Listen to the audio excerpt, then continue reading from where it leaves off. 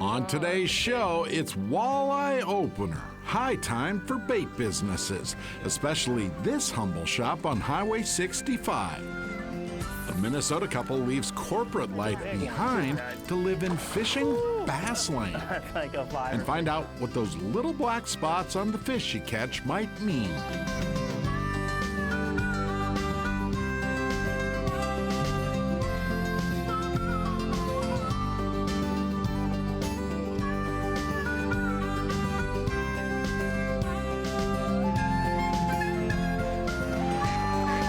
Minnesota Bound, presented by Connecticut Water Treatment Systems. Hi everybody, Bill and I welcome you to Minnesota Bound. If you ever drive down Highway 65, odds are you'll have a tough time missing Vados bait. It's an opener institution who's been helping gear up anglers for more than half a century. Yeah, Ron Scherer decided to try and brave the crowd on opening weekend. So it begins. Once a year, the rush of customers, booming sales, minnows galore out the doors of dozens of Minnesota's bait shops, including this one, Vados Bait along Highway 65 in Spring Lake Park, its current location since 1950. Where are you going, sir? Fishing? Yeah. Oh, I'm going up Crane Lake. Oh, really? Well, good luck to you. Have a good, safe trip. Total is 34, 33. Where are you headed? The countdown is on. This is Minnesota Fishing Opener, one of the funnest days of the year. It's a great day to see so many customers that have been coming here for years. I love fishing. It's great to share those experiences and knowledge with our customers that come in. It's possible we could get up to maybe 900 people in the doors today. Vados Bait is no newcomer to the bait and tackle business, going back to 1947. Greg and Eric have been partners since the year 2000. Before that, the Vados family ran the bait business, dating back to 1955. It was in the Vados family, starting with Gordy's dad and his brother John originally, and then Gordy, I think, bought it from his uncle in 1984, I think. And then we bought the store from Gordy and Sandy Vados in June of 2000. So it's always been a family, just not the same family business. In many ways, the bait business doesn't change. Where are they biting and what's new are two real key ones. Hi guys. Good, how are you doing? Do you need some line on there? I'll help you out in a second. If you want, I'll just leave a little bit on the bottom to make sure I got plenty for that. And if you need help anything else, just holler. I like to leave a little bit of room so it doesn't jump off. Does that look okay to you? Yeah, that looks good. Thank you, sir. You betcha. New line to new fishing licenses. Do you do any of the walleye stamps or anything like that? And there's the last-minute shoppers looking for fishing rods. So there's a variety of little things that might play into which rod you pick. I think this is a lighter action. I can just grab a rod and try and show you an action that might be more kind of all around. As always, the hottest items are sold by the dozen. Minnows, all sizes and all kinds. Minnows, I have 3 sizes of crappie, regular and jumbo fats. I've got river mix and suckers. Oh yeah, they look ready to go. As I've said before, there are 3 major holidays in Minnesota: Christmas, New Year's, and opening day. Good luck, opener. Minnesota Bound is brought to you by Connecticut Water Treatment Systems, Ice Castle Fish House and RV, Leech Lake Area Tourism, and by Coors Light.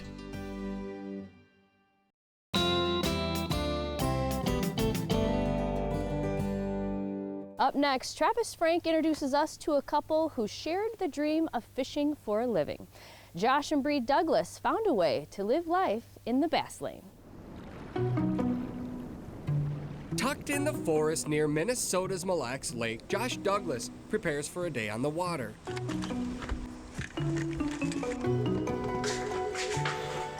You know, this is my little tackle room. Lures inside his shed reveal Josh's true fishing obsession. I mean, to have my name on tackle, it's obviously a big deal. I mean, since I was a little kid, I wanted to be a pro bass fisherman. I wanted to teach people how to be better fishermen. Josh is a professional fisherman chasing his dream. Ready? Thing is, he's not chasing that dream alone. You ready, babe? Yeah, let's do this. His wife, Bree, rides shotgun, managing their life in the bass lane. Let's go.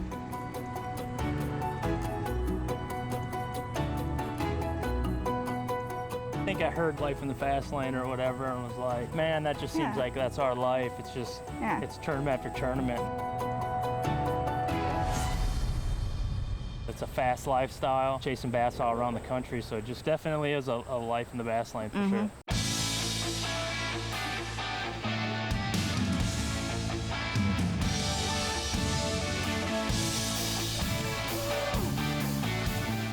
To quote another famous song, they fish everywhere, man.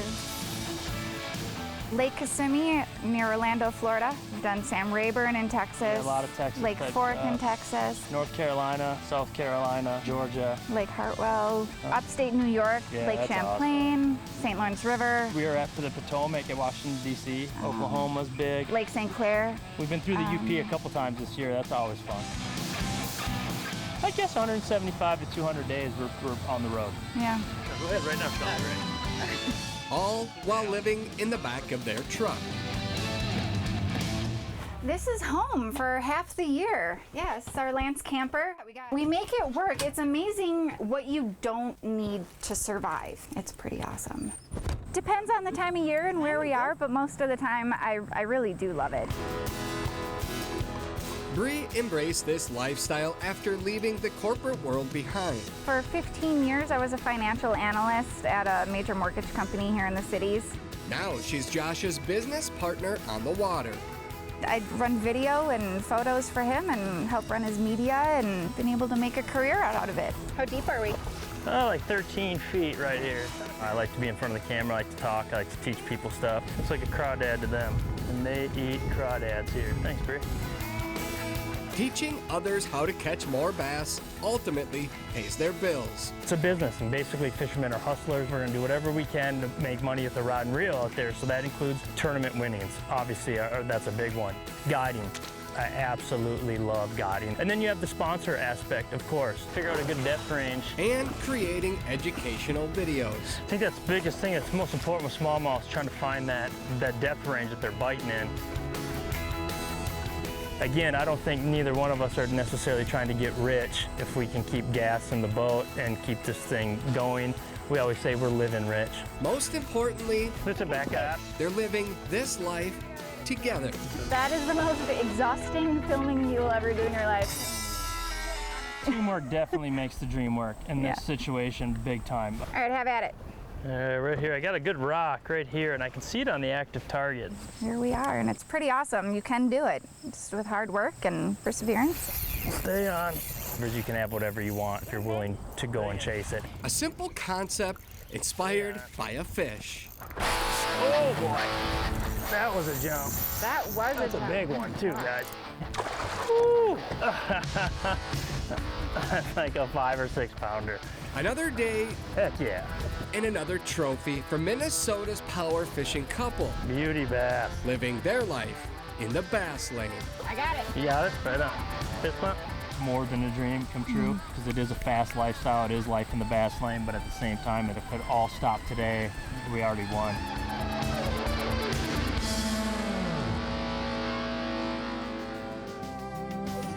Coming up, a party fit for those who love life on the water. And also, we go back in time with Minnesota's own Captain Hook. Closed captioning provided by Star Bank.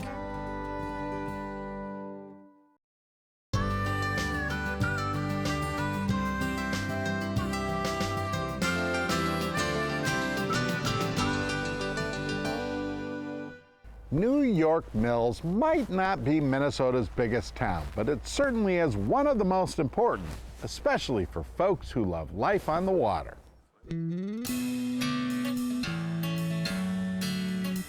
True legacies do not just happen, especially overnight. to understand is to visit New York Mills, Minnesota, a Lakes region town just about this big.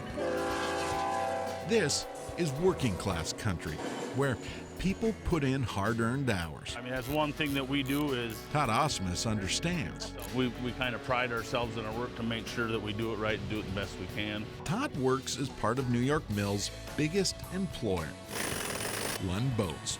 Seems most folks around these parts have some tie to Lund, whether they work at the plant or own a piece of the legacy. Whatever the reason, people love Lund. Exactly why once a year, New York Mills takes a break from work to play. In a single day, 2 parades. The first starts just after sunrise. A procession of 50 boats works across Otter Tail Lake, and every single one of them, you guessed it, is a Lund. Locals call this Lund Mania, an annual fishing tournament to honor the brand. Minnesota and Lund go hand in hand, built by fishermen for fishermen. There's your walleye, right there. Show it to the camera. Nancy Kep fishes Lund Mania for one reason. Well, my first boat was a Lund, and I had a 14-foot lime green Lund with an 8-horse Mercury on it. Everybody's got their own flavor, and mine's Lund. All Lund, people that are dedicated to Lund, love the brand, tied to the brand in some form or fashion, and it's really a brotherhood of a bunch of anglers. The tournament pits locals against the biggest names in walleye fishing. Yeah, it's tough out here today. Guys like professional angler and Lund pro staffer Perry Good. So far we got northerns, perch, and a couple small walleyes, but not what we're looking for. We got 100 anglers out here today, actually got a fish on, and these 100 anglers get together and just have a great time at the event. There's the quality of my skill catching right there. It didn't even get them in the lips. They finish in 8th place this year. The winners will end up downtown later in the day, which might be why people line New York Mills hours before the second parade even starts. Actually, they come to see Lund's other boats.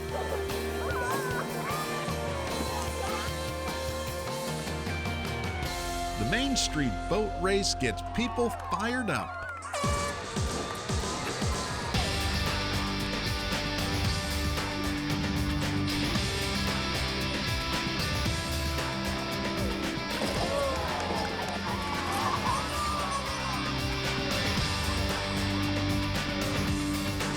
Watching, you realize this is a true crash course in community fun.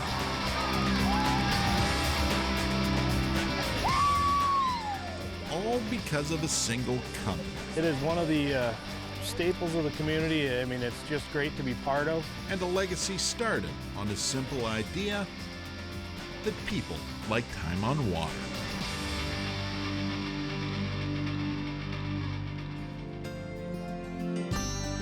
Straight ahead, the story behind those little black spots we find on fish. But first, a Minnesota-bound classic inspired by music on Mille Lacs. Minnesota Bound is brought to you by Oreo Cookies and Ritz Crackers, Mountain Dew,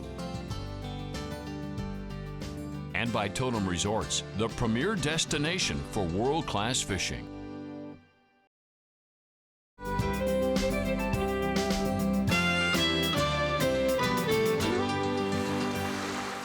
To some, Mille Lacs Lake music may be the harmony of the waves. For others, welcome aboard the Captain Hook. Perfection comes from the tug of a walleye. Well, we're not going out to Gilligan's Isle, but we are going out quite a ways. No one knows better than this guy, Mille Lacs Lake's Captain Hook. We got some big fish here. Big fish. Captain Hook ran launches close to 30 years. Now retired, he still finds time to fish. I'll get this bugger. Oh. We gotta have a big bite, you know why? Yeah. Because we gotta catch big fish that eat. Hey, that's right. Thing is, I wish I didn't have to work today. Captain Hook guides by different rules. He loves when the fish refuse to bite. We'd rather load our gear and then make tracks for the walleye waters of the Great Mille Lacs. Dead water inspires music.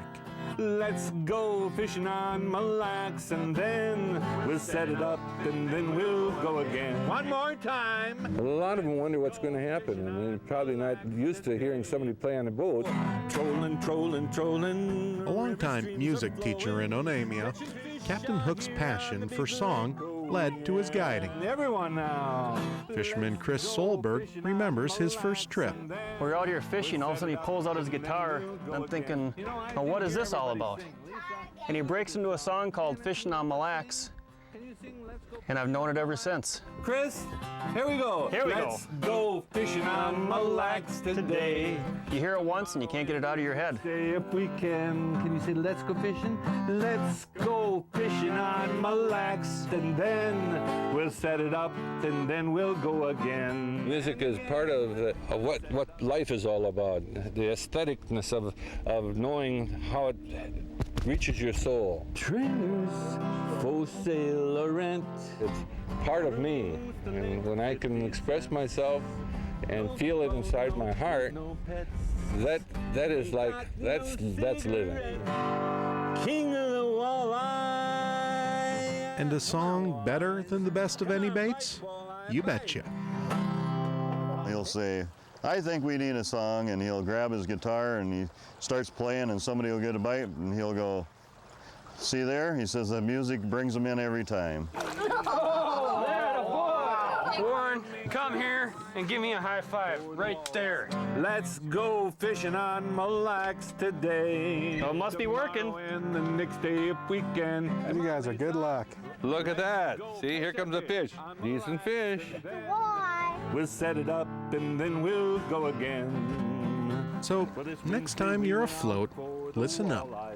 You may be lucky enough to hear the harmony of our lakes.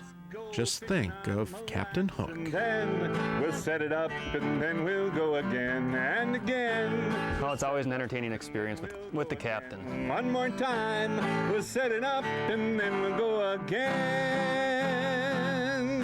Oh, broke the line. Hey kids, what do you say? Did you have a good time? Yeah! Wow! Up next, Ron Shera heads out on a curious assignment. Yeah, we sent him to the lake to figure out what those little black spots are on the fish you sometimes catch. So you land a northern pike or a bluegill and, oh, what's this on your fish? Black spots? Sometimes just a few? Sometimes lots? What's going on? Is the fish sick? Is it edible? The answer is very, very interesting, albeit rather icky. What you have is a fish with black spot disease, and the black spots are, now don't faint, a parasitic flatworm that, well, that sounds bad, but does little harm to the fish. Or to you, if that fish goes into the frying pan.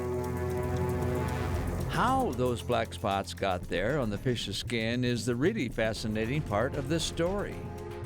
It begins like this. A fish-eating bird, such as blue herons or kingfishers, are infected with a flatworm, so when the bird goes potty over the water, the adult worms pass eggs in those bird droppings. When the eggs reach water, they hatch into free-swimming organisms that penetrate snails. Upon leaving the snails, the tiny creature seeks out a fish and burrows into the skin, creating a cyst, hence the black spots. There, the black spots remain, sometimes for years, until, you guessed it, the fish is eaten by a fish-eating bird, where it becomes the bird's flatworm parasite. Hence, the cycle is repeated. Now, somebody solved the black spot mystery. Methinks whoever it was deserves some kind of raise. Thankfully, the black spots are harmless to you, so chow down. Feels like I see those on most panfish these days. Yeah, me too. Now you know the story. Hey, we hope to see you back here next week.